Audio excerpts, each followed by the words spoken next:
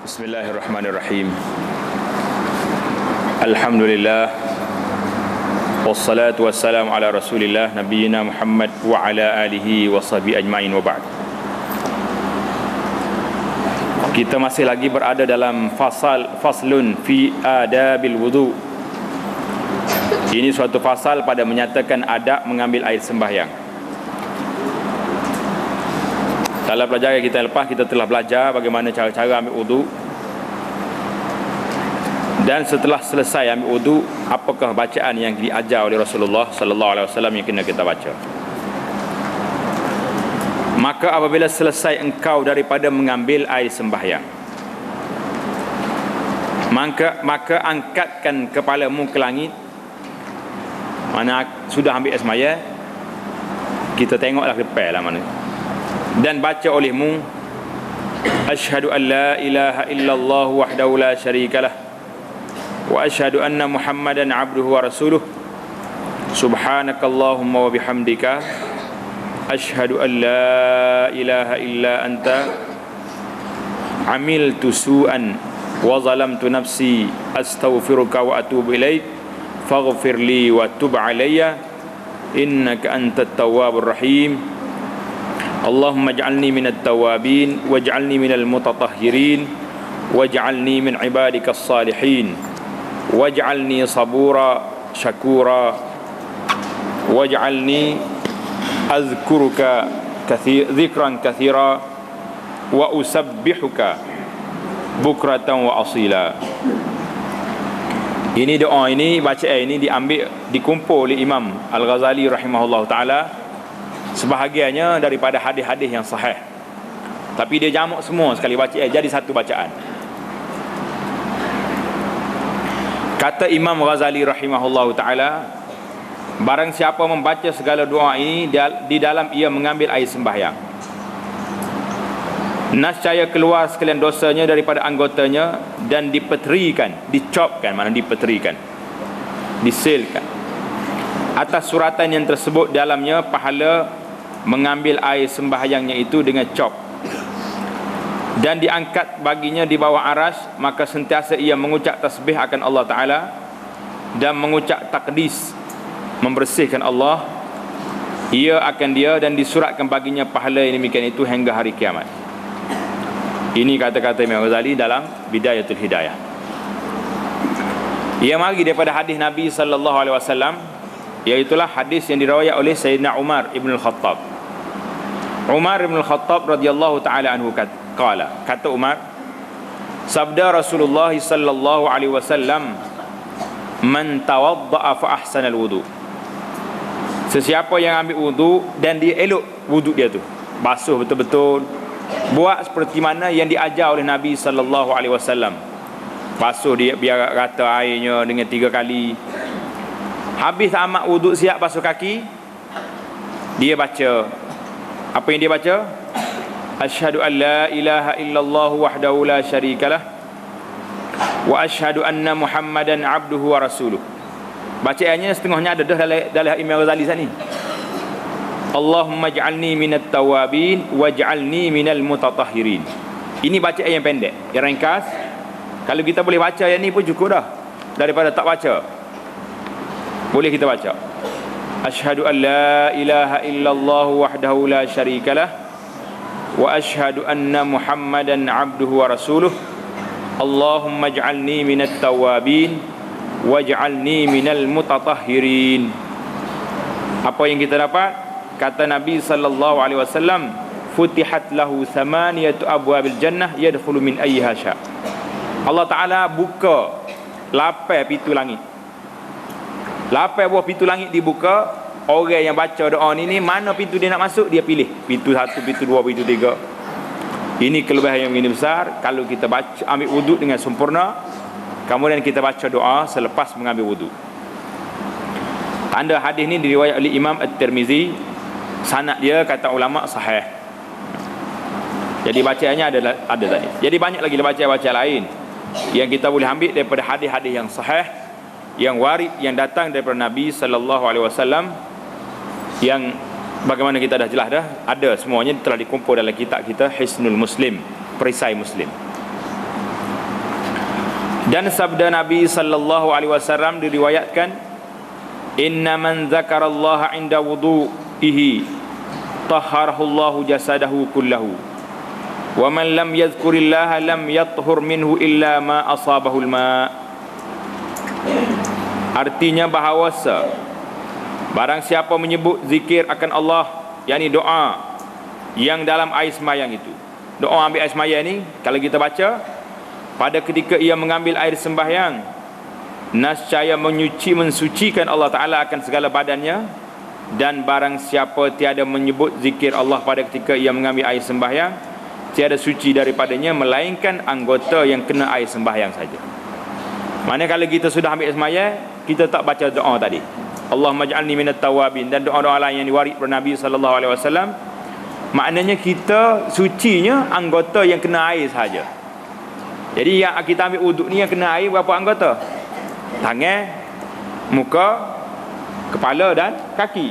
Yang lain-lain itu tak kena air.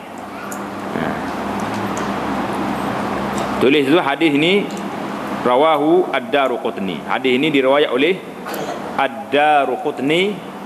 Kata Al-Iraqi hadisnya dhaif. Al-Iraqi ini seorang ulama hadis yang dia ambil satu-satu hadis dalam kitab Ihya Ulumuddin, dia takhrij hadis. Iraqi kata hadis ni dhaif, lemah hadis ni. Bermula makruh dalam air sembahyang itu 7 perkara. Makruh mana perbuatan yang tidak baik waktu kita ambil wuduk. Ini kena hati-hati. Waktu kita ambil wuduk, jauhkan daripada perbuatan ini, 7 perkara ini. Yang pertama, mempercikkan air daripada kedua tangannya. Maknanya ambil air bukan basuh air dah, percik air, sembuh air gitu saja. Yang kedua, menampar air ke muka dan kepalanya. Ambil air itu tak lepar, tampuk air ke muka, akak air ke muka. Mana tidak basuh muka, tampuk air. Itu mana dipanggil menamparkan air. Mana air itu naik dengan sebab kita lambu air gitu. Yang ketiga, berkata-kata dalam mengambil air sembahyang. Mana kita berbual, bercakap waktu tengah ambil wuduk. Tangan duk basuh tangan ambil wuduk, mulut duk buah. Maknanya ini makruh, perbuatan yang tidak baik. Waktu ambil wuduk kita dialah, sebab ini satu ibadah. Ambil wuduk ni ibadat kepada Allah Subhanahu Wa Taala. Yang keempat, melebih membasuh segala anggota daripada 3 kali. Ini was-was. Anggota ni wajib dibasuh sekali. Sunat 2 kali, yang terbaiknya 3 kali. Mana siapa dia basuh lebih pada 3 kali, orang ni sudah masuk dalam peringkat, dalam kategori was-was. Was-was ni baik ke tak baik? Tak baik. Kerana was-was ni mari daripada syaitan. Yang keduanya, dia ni guna air lebih. Air tu banyak, sudah lebih. Yang kelima, membanyakkan menumpahkan air. Itu lebih daripada hajat. Kalau kita boleh buka paip kita secara ringkas, lebih baik. Nah, ni buka paip ni seluah-luahnya air paip. Senang benda nak basuh sikit lah. Pasal itulah zaman dulu orang guna air kolah. Kita sekarang ni tak guna dah kolah, guna paip. Kolah ada tapi ambil airnya keluar daripada paip. Jadi ada seorang penceramah, dia kata, pasal itulah pelajar-pelajar zaman dulu mesra sama-sama dia. Bila kawan di tempat mengaji di pondok ke di mana ke, dia mesra sampai lama-lama pun ingat. Anak murid dengan guru mesra. Ni bila tengok tok guru, tengok ustaz, main-main, tak ada hormat, tak ada apa. Cerita jelah. Ustaz tu kata, saya duk kaji-kaji, dia kata, rupanya kelebihan ambil air kolah ni. Sebab pagi-pagi pakat dia tukar tarik mata. Dalam kolah, kayak kita basuh muka, hari ni basuh muka sini, basuh muka sini. Dia tukar tarik mata tu jadi mesra, dia kata. Kena buat kolah mula tak? Mesra tu bukan duduk dia tarik mata tu. Tarik mata tu kalau kita tak kena cara, jadi kotor juga. Nah. Mesra kita ni, ukhuwah Islamiah tu sudah rusak. Hubungan manusia dengan manusia sekarang ni berdasar pada Islam, berdasar pada persaudaraan agama sudah longgar. Bahkan berdasar kepada pertalian darah pun, silaturahim pun longgar. Tidak begitu kemas sekarang ni. Manusia yang dia kemahnya apa dia? Persaudaraan apa yang kemas sekarang ni? Persaudaraan fulus. Ini kemah. Kemah waktu ada puluh, ya dah tak ada puluh, tak lari juga. Maknanya tidak kemah. Jadi kita macam mana nak usaha sekarang ni, bagaimana nak pulih balik ukhuwah Islamiah sesama umat Islam biar baik. Sekarang ni mesti orang tak baik ni. Jadi membanyakkan menumpahkan air itu lebih daripada hajat, sebab kerana was-was juga. Kerana was-was lah bila banyak ni. Yang pertama kerana was-was lebih air ni. Yang kedua bukan kerana was-was, kerana memang perangai dia guna air banyak waktu ambil wudu.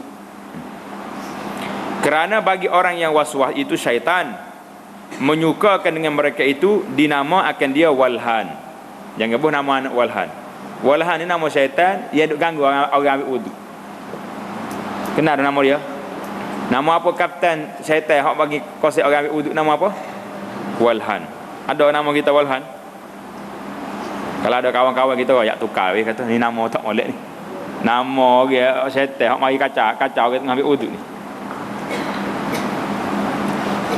Perkara makruh yang keenam, memakai air yang terjemur pada matahari. Menggunakan air yang duduk di bawah panas matahari pada bijana. Apa makna bijana? Pelajar kita ni, bijana mana apa? Bekas. Tandalah di kitab tu, nanti baca gapo dia ni, ba jim alif nun tak tahu apa, bajan. Jangan baca bajan gitu. Baca dia bejana. Bejana tu maksudnya bekas.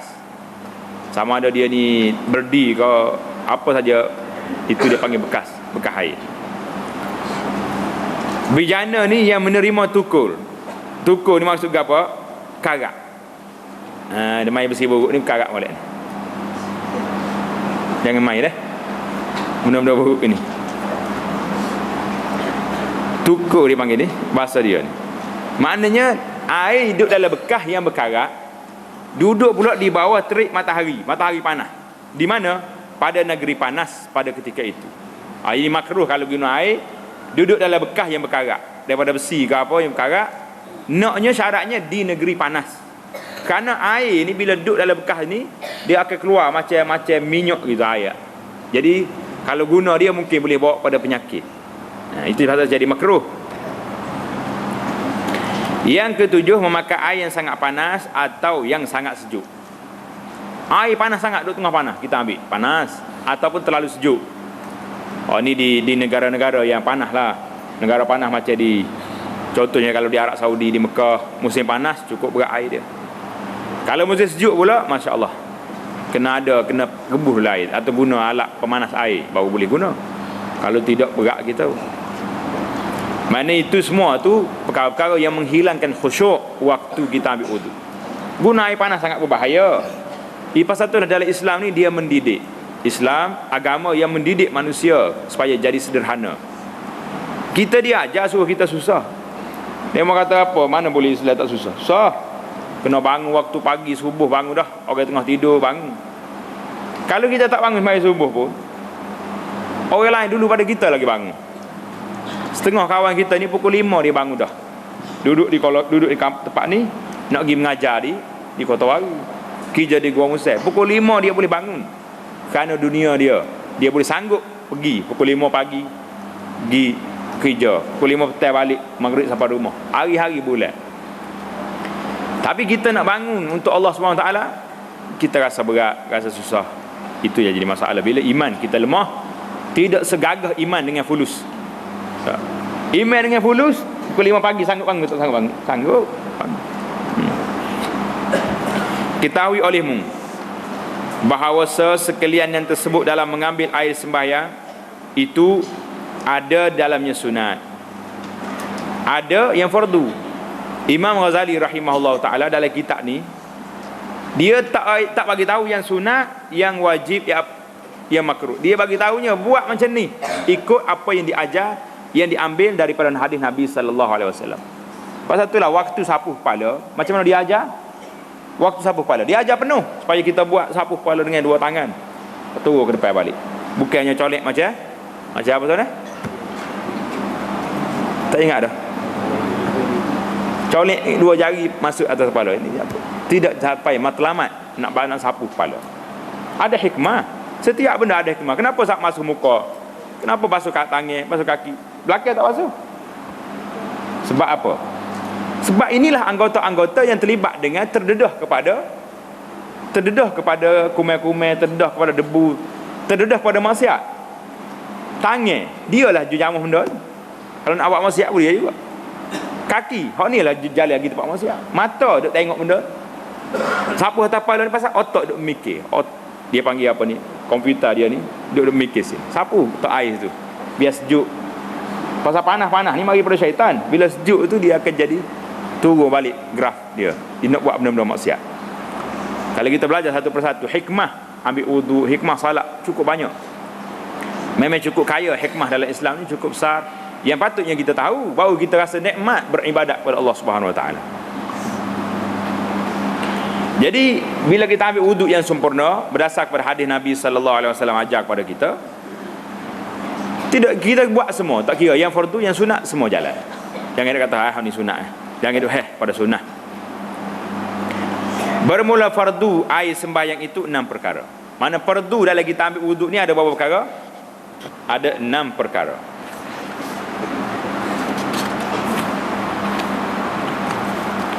Yang pertama niat. Seperti katanya nawaitu raf'al hadas. Sahaja aku mengangkat hadas kecil. Mana bila kita ambil wuduk, sahaja aku ambil wuduk, sahaja aku mengangkat hadas. Itu niat. Niat di mana? Mana tempat niat dia? Dalam hati. Niat dalam hati kita. Atau dikatanya nawaitu raf'al hadasi listibahatis salah. Artinya saja aku mengangkatkan hadas kerana mengharuskan sembahyang atau barang sebagainya. Tengok, Imam Ghazali dalam kitab Hidayatul Salikin kita ni ajar berapa jenis? Nawaitu raf'al hadas, itu ringkas. Nawaitu raf'al hadasi listibahatis salah, panjang lagi. Atau barang sebagainya. Yang pentingnya kita niat dalam hati kita, aku nak basuh muka, tangan, kaki aku ni untuk berwuduk. Takut basuh tangan saja. Orang tak wuduk basuh tangan kan tidak? Basuh muka tak? Basuh juga. Tapi kalau dia tak niat, tak jadi apa-apa. Sekadar nak basuh, nak bersih tangan dengan muka dia. Inilah yang membeza. Niat ini membezakan di antara ibadat dengan adat kita basuh tangan. Dan tempat niat itu disertakan dengan permulaan daripada basuh muka. Mana bila kita nak basuh muka, situlah kita niatnya. Niat ambil wudu. Rukun yang kedua, membasuh muka seperti yang telah terdahulu sebutnya itu. Basuh muka ni biar kena semua, daripada telinga ni sampai ke telinga ni, daripada tempat naik rambut sini sampai ke bawah dagu kita. Kena basuh belakang. Yang ketiga, membasuh kedua tangan serta kedua siku. Tangan ni sejak ujung jari ni sampai ke siku kita ni kena masuk semua, basuh. Seperti yang tersebut dahulu. Sebut dah tak malam. Rukun yang keempat, menyapu setengah daripada kepala atau rambut pada hak kepala. Bila dia sebut rukun, dia sebut setengah. Pasal mazhab Syafi'inya wamsahu biruusikum. Sapulah dengan kepala kamu. Mana asal benda tu nama kepala ya. Rambut pun duduk di hak kepala. Mana hak kepala? Sini. Jangan ada sini. Lama rambut panjang sini, pergi sapu sini lah. Bukan sapu kepala tu, sapu dagu, sapu muka, nak atas kepala. Yang sunnahnya basuh semua kepala. Yang apa ni, rukunnya setengah daripada kepala.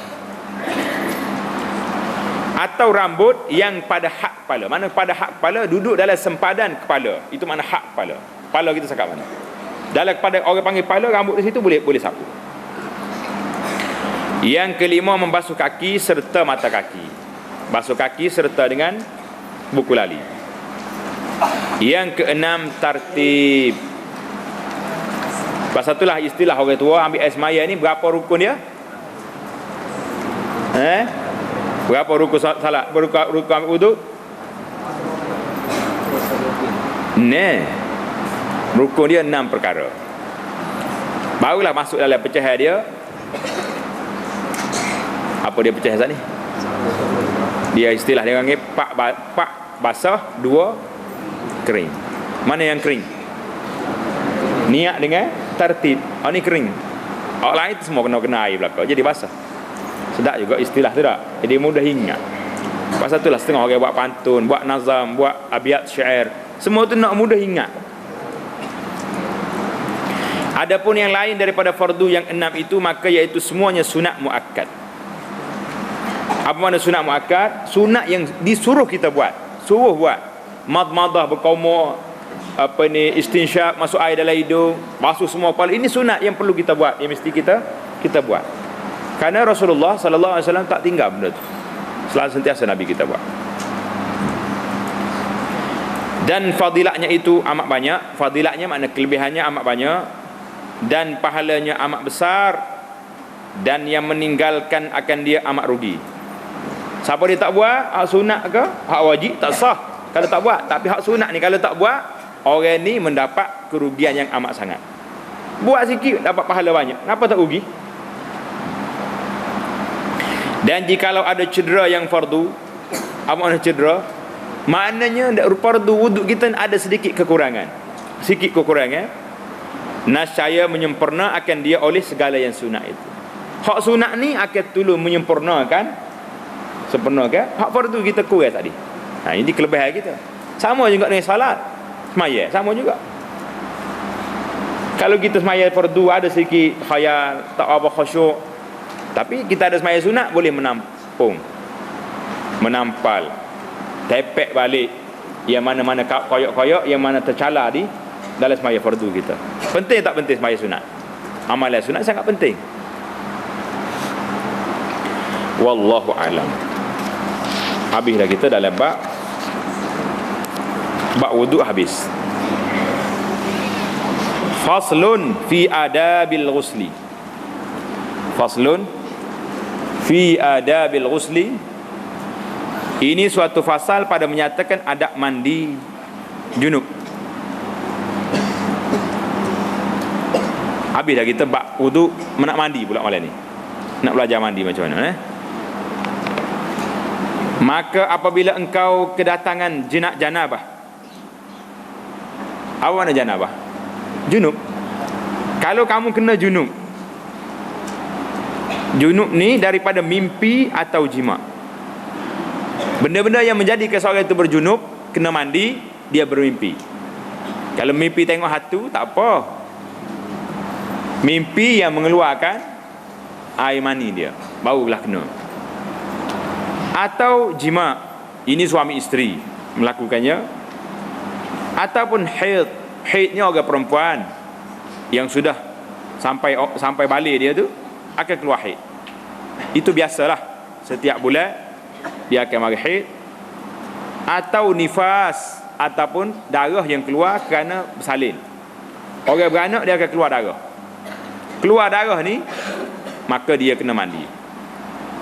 Atau wiladah. Apa dia wiladah? Mana apa wiladah? Bersalin, keluar anak. Seorang perempuan mengandung, keluar anak dia, tak ada darah, tak ada apa, kena mandi juga. Sebab dengan keluar anak tu kena mandi. Jadi ini perkara-perkara yang kena mandi, yang wajib kena mandi. Mandi apa dia panggil ni? Mandi hadas besar, ataupun dipanggil mandi junub. Pasal apa junub tu? Orang yang kena hadas besar nama dia junub. Kenapa? Ingat dah? Sebab orang ni tidak dibenarkan menghampiri beberapa perkara. Yang pertamanya, dia tak boleh salat selagi dia tak mandi, tak boleh salat. Yang kedua, nak baca Quran tak boleh juga. Masuk duduk dalam masjid tak boleh juga. Jadi ada beberapa perkara, nak tawaf tak.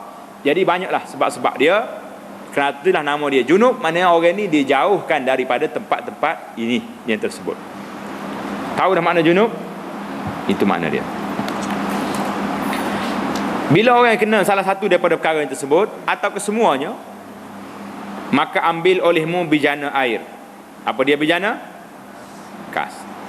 Pandai dah tu orang panggil dah. Kalau jumpa kita jauh mana-mana pun, kalau bijana tu makna bekas dah tu. Tak payah saya kamu apa dah.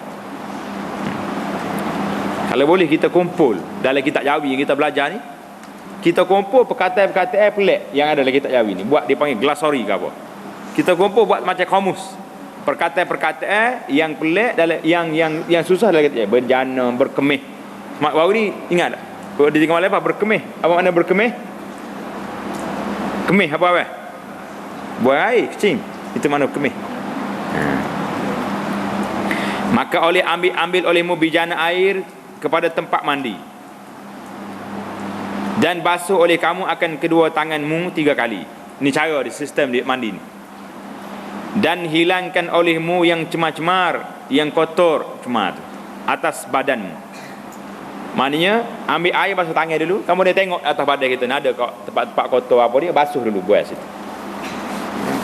Kalau ada benda-benda yang menghala sampai air, cak ke apa ke, benda-benda yang kita kena buat. Maka engkau ambil air sembahyang seperti kaifiat yang terdahulu itu serta segala doanya. Mula-mula start lepas basuh tangan, kita ambil wuduk dulu. Ambil wuduk seperti wuduk nak salat. Ambil wuduk ke tak lagi kita ni? Kau tak ambil lagi wuduk, pakai mandi gitu ya. Kena ambil wuduk dulu Maka apabila selesai engkau daripada mengambil air sembahyang, maka tuangkan olehmu akan air itu ke atas kepala 3 kali. Sudah ambil wuduk, barulah ambil air, tok atas kepala 3 kali. Serta engkau berniat mengangkatkan janabah atau barang sebagainya, seperti dikatakan nawaitu raf'al janabah. Sahaja aku mengangkat janabah, sahaja aku mandi hadas besar. Apa saja niat yang menunjukkan kita ni mandi kerana nak angkat hadas. Betul. Habis lepas basuh kepala setengah niat, kemudian maka tuangkan olehmu akan air itu ke atas pihak yang kanan. Basuh di sebelah kanan kita dulu. Ambil air basuh sini. Kalau guna air hujan pun basuh sebelah kanan dulu. Maka ke atas pihak yang kiri 3 kali. Dan hendaklah engkau gosok di hadapan badanmu dan belakangmu, dan hendaklah engkau selati. Selati maknanya gosok, masukkan tahi jari segala rambutmu, dan engkau sampaikan air itu segala lipatan badanmu dan segala tempat tumbuh rambutmu, sama ada jarang atau tebal. Semua tempat tumbuh rambut sama ada jarang atau tebal, maka kita kena gosok belakang. Dan engkau peliharakan olehmu daripada menyentuh zakarmu pada ketika mandi, kemudian daripada mengambil air sembahyang itu. Pasal itulah dia kata, lepas kita basuh tangan tadi, kita naklah basuh tempat-tempat yang kotor. Mana kalau kita nak istinja, istinja dulu. Selesai semua, ambil wuduk, mandi. Sudah mandi, tak payah ulang lagi wuduk. Kita dah ada wuduk. Maka jika tersentuh tanganmu dengan zakarmu itu, kembali engkau mengambil air sembahyang. Jadi dalam sistem kita ni, kalau sentuh zakar, kena ulang balik air sembahyang lepas mandi tadi. Jadi ada sebagian ulama kata tak payah dah, sebab mandi itu hadas besar. Jadi kalau apa pun hadas kecil ni duduk di bawah hadas besar.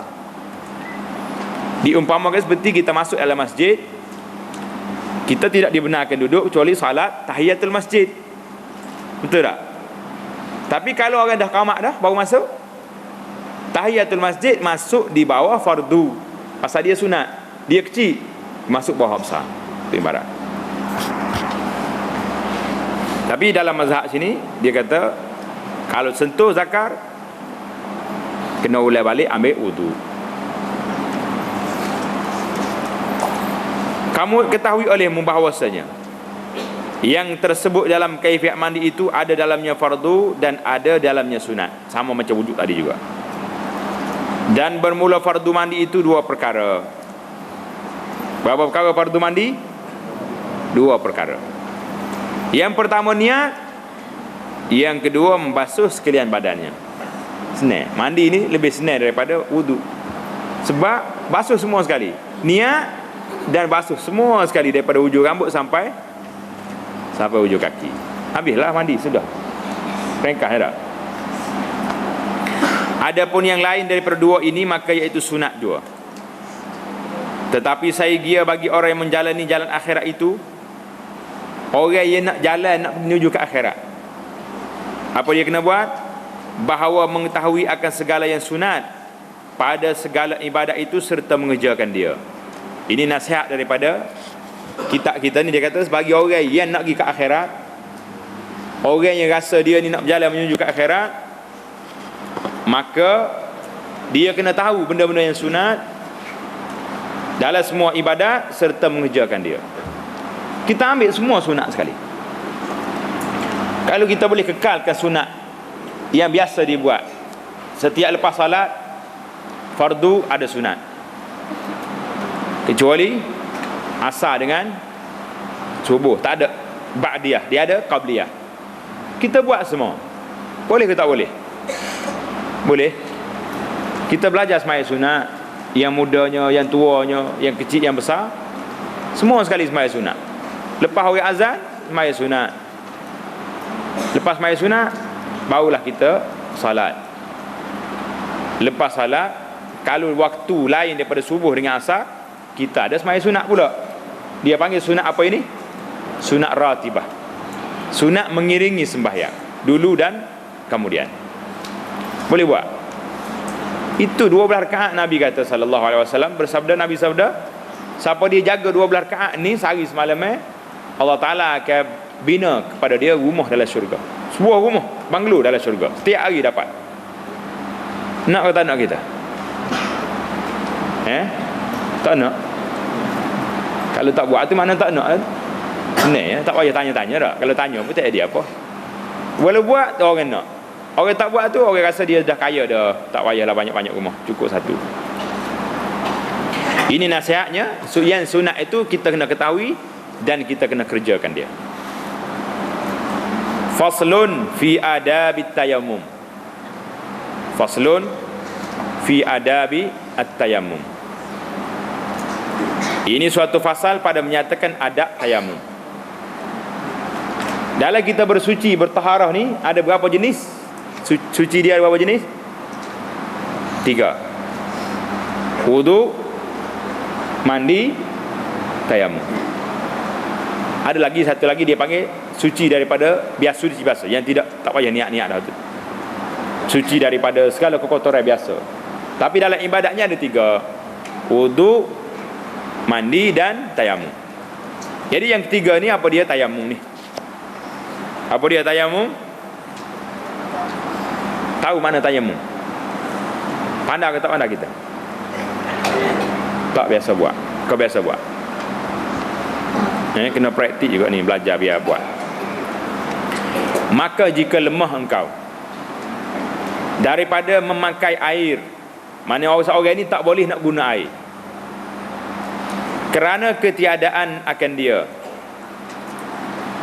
kemudian daripada engkau tuntut akan dia. Seorang ni cari air tak jumpa, caranya kemudian daripada tuntut, maknanya selepas kita cari. Jangan tak cari air, duduk dia di rumah. Kenapa tak salat tu? Tak ada air. Cari ke tidak? Tak boleh. Kena cari dulu, pasti dulu air tak ada, barulah kita boleh berpindah kepada ganti air, apa dia? Tayammum.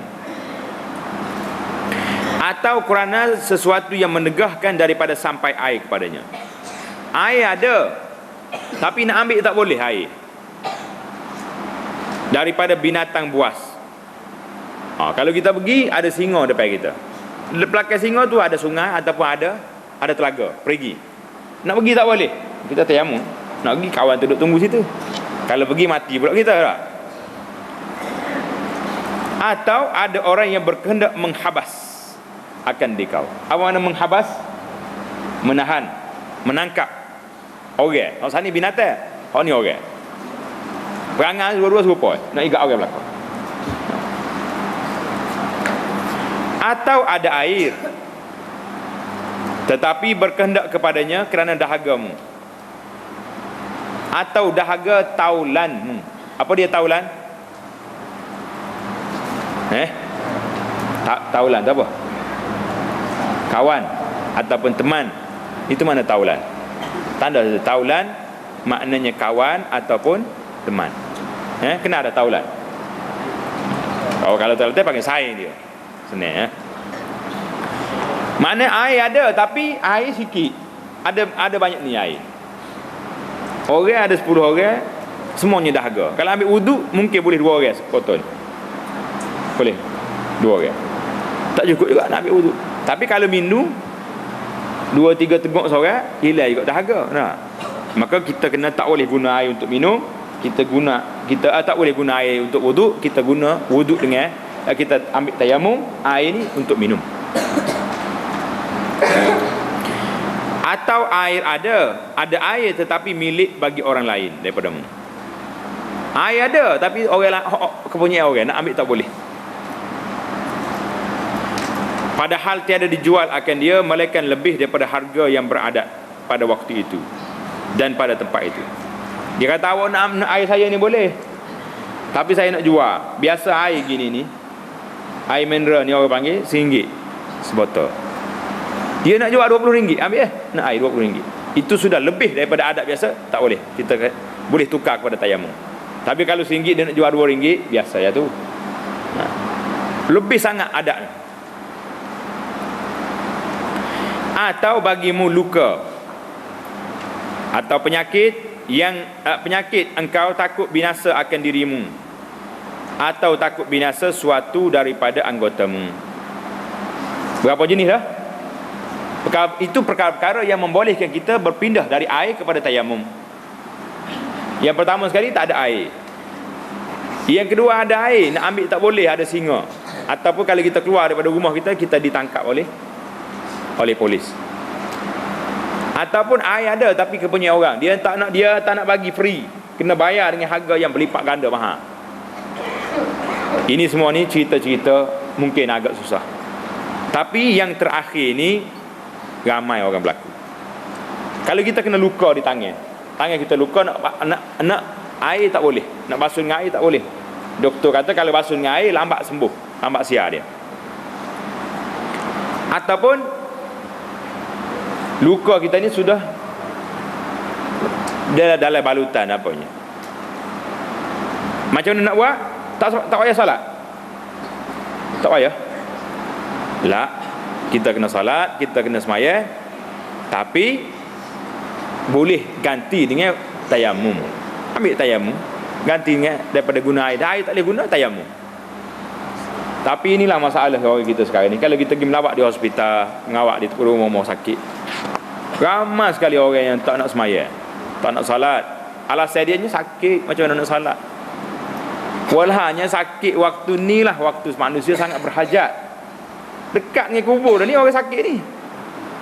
Dia cari alasan apa lagi tak nak sembahyang. Jadi semua sebab-sebab yang tersebut tadi, maka hendaklah ketika itu bahawa engkau niatkan hingga masuk waktu sembahyang fardu. Mana bila masuk sembahyang fardu, kita ambil, maka engkau sahaja debu yang suci. Sahaja tu engkau pergi ambil debu yang suci, lagi tiada bercampur dengan sesuatu, ambil debu tanah. Ya suci lah, jangan ada tai kambing apa dalam tu. Dan engkau tepuk atasnya dua tapak tanganmu. Ambil debu tak sini, kita tepuk dengan dua tapak tangan ni, gini, buat gini. Habis debu ni akak sini. Maka engkau sapukan debu itu pada mukamu. Ambil tak tangan sini, sapu. Tak sapu gitu, sapu. Biar kena belakang muka. Habis.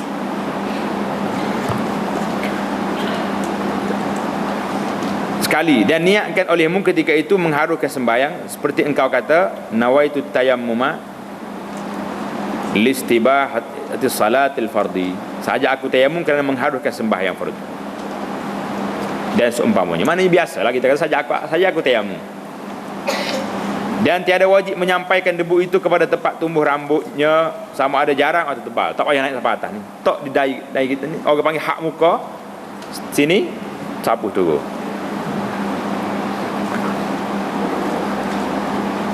Kemudian maka tanggalkan cincinmu. Kalau ada cincin di tangan, kena tanggal. Pada tanganmu cincinmu, buat cincin. Pasal debu tak masuk, jelas cincin. Kalau air pergi. Ya.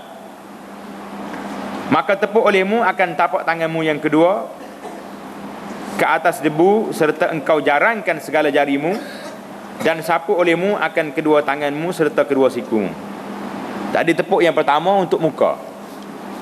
Tepuk kali yang kedua pula untuk tangan. Buat macam mana? Akak gini. Ambil tangan ni buka sini. Letak sini. Buat gini. Tarik sini. Pusing. Sampai di siku. Balik gini. Naik ke atas. Ibu jari ni biar kena atas kepala ni. Atas ni kita ni. Buat dia ni pula. Macam ni. Buat gini. Tarik ni. Sampai sini. Pusing. Ibu jari. Belakang ibu jari. Atas dia. Jadi semua kena debu. Tak payah buat lah, sebab dia ada debu sendiri dah. Automatik dah situ. Boleh nampak ke tak nampak? Boleh buat tak?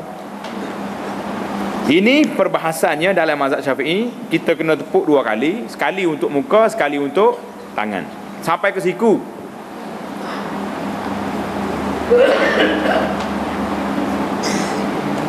Tepuk olehmu akan tapak tanganmu yang kedua ke atas debu, serta engkau jarangkan segala jarimu, dan sapu olehmu akan kedua tanganmu serta kedua siku. Maka jikalau tiada cukup debu itu akan kedua tanganmu, maka tepuk olehmu sekali lagi hingga rata kedua tanganmu itu. Tak cukup 2, tepuk sekali lagi. Kemudian maka sapu olehmu akan salah satu daripada tapak tanganmu itu kepada yang lain, serta engkau selati akan segala selang-selang jarimu itu. Mana selang-selang jari ni apa dia? Celah-celah jari itu. Dan engkau sembahyangkan dengan tayamum itu satu fardu dan barang yang engkau kehendaki daripada segala sunat. Dalam mazhab Syafi'inya, masalah tayamum ni, satu tayamum boleh semaya satu fardu sahaja. Semaya sunat banyak mana pun boleh, fardu sekali. Kalau kita tayamum untuk semaya maghrib, masuk waktu isya, azan Allahu Akbar, nak semaya isya, kena tayamum sekali lagi untuk semaya isya. Tak boleh 2 kali. Maka jikalau engkau hendak akan sembahyang fardu yang kedua, maka engkau permulai pula tayamum yang kedua itu. Bermula tayamum daripada hadas kecil, dan daripada hadas besar itu kaifiatnya satu juga. Kalau orang ni nak tak ada wudu, nak tayamum tak boleh, macam tu juga tayamum. Kalau orang ni nak tayamum untuk hadas besar, macam tu juga. Muka dengan tangan juga. Tak payah berguling dalam tanah, ambil semua sekali dah. Tanda di situ, inilah perbahasan menurut mazhab Asy-Syafi'i rahimahullahu taala. Ada pun mazhab lain berdasarkan kepada hadis yang sahih. Ialah tepuk tayamum ni sekali tepuk ya. Sekali tepuk. Tepuk gini. Untuk muka sekali. Lepas tu tangan selalu lah. Tangan pun bukan sampai siku, sakat pergelangan tangan saja. Hadis ini hadis sahih yang Nabi kita sallallahu alaihi wasallam ajar kepada seorang sahabat nama dia Ammar bin Yasir. Hadis tepuk 2 kali sampai ke siku ni hadis dhaif. Mana kalau dari segi sanadnya, hadis yang tepuk tayamum sakat pergelangan tangan ni hadis sahih. Hak sampai siku ni hadis dhaif. Jadi kalau kita nak buat, nak praktik benda ni, kalau kita duduk di hospital, kalau orang tu ada lengah, dia ada wayar lagi, ada apa lagi, cukuplah kita ambil dengan mazhab yang mengatakan cukup sakat tangan pun alhamdulillah dapat darah. Dia mengata ada pula ni mazhab lain. Betul, kalau mazhab lain sekalipun sandaran dia kepada hadis yang sahih. Hadis sampai siku ni hadisnya dhaif. Cukuplah kita bila ada sandaran, ada dalil yang kuat, itulah yang kita pakai. Jadi habislah kita akan masuk pula faslun fi adabil khuruj ilal masjid. Ini suatu pasal pada menyatakan adab keluar ke masjid. InsyaAllah ta'ala kita akan sambung dalam majlis kita yang akan datang.